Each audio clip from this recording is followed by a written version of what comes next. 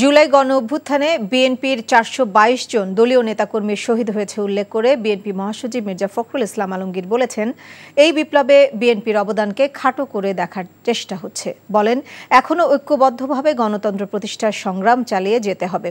নির্বাচন কেন্দ্রিক সংস্কারে সর্বোচ্চ গুরুত্ব দিয়ে নির্বাচন দেওয়া উচিত বলেও মন্তব্য করেন তিনি। সকালে রাজধানীর গুলশানে বিএনপি চেয়ারপারসনের কার্যালয়ে সংবাদ সম্মেলনে এসব বলেন তিনি। রিপোর্ট করছেন নূর হোসেন।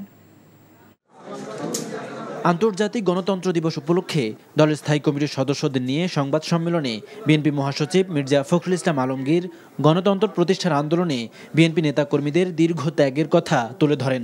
জানান, সবশেষ ফ্যাসিস্ট হাসিনা পতনের জুলাই বিপ্লবের ৮ শতাধিক শহীদের অর্ধেকের বেশি বিএনপির রাজনীতির সঙ্গে জড়িত ছিলেন। গণতন্ত্র পুনরুদ্ধার করেছে বাংলাদেশ জাতীয় দল বিএনপি। বাকশালের পর বহুদলীয় গণতন্ত্র স্বৈর শাসনের পর সংসদীয় গণতন্ত্র প্রতিষ্ঠার মাধ্যমে দেশের মানুষের অধিকার ও মর্যাদা ফিরিয়ে দিয়েছিলেন শহীদ প্রেসিডেন্ট জিয়াউর রহমান। এনজিওর কিস্তি প্রথমবার বিকাশ পেমেন্ট করলেই ২০ টাকা ইনস্ট্যান্ট ক্যাশব্যাক। এরপরও বিএনপির অবদানকে ছোট করে দেখার চক্রান্ত হচ্ছে বলে অভিযোগ করেন বিএনপি মহাসচিব। বলেন, দায়িত্বশীল জায়গা থেকে ঐক্য বিনষ্টের চেষ্টা হচ্ছে।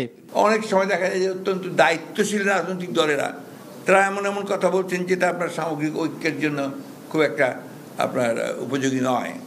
এটা একটা সমস্যা।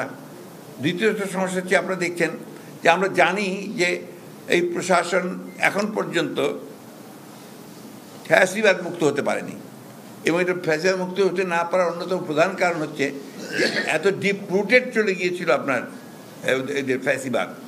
অন্তর্বর্তীকালীন সরকার চাইলেও সব সংস্কার সম্পন্ন করতে পারবে না জানিয়ে ফখরুল বলেন, নির্বাচন কেন্দ্রিক সংস্কারে সবচেয়ে বেশি গুরুত্ব দিতে হবে সরকারকে।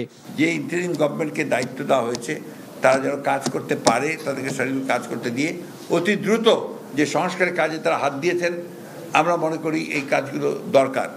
এই কাজগুলোকে খুব দ্রুত শেষ করে একটা নির্বাচনের দিকে যাওয়া, যে নির্বাচনটা একটা নিরপেক্ষ সরকারের অধীনে নির্বাচন হবে এবং আপনার একটা অবাধ সুষ্ঠু জনগণ ভোট দিয়ে তাদের প্রতিনিধি নির্বাচন করবে, তারপরেই আপনার বাকি কাজগুলো করা সম্ভব।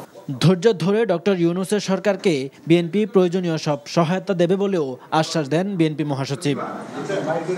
নূর হোসেন, এনটিভি নিউজ, ঢাকা। এনজিওর কিস্তি প্রথমবার বিকাশ পেমেন্ট করলেই ২০ টাকা ইনস্ট্যান্ট ক্যাশব্যাক।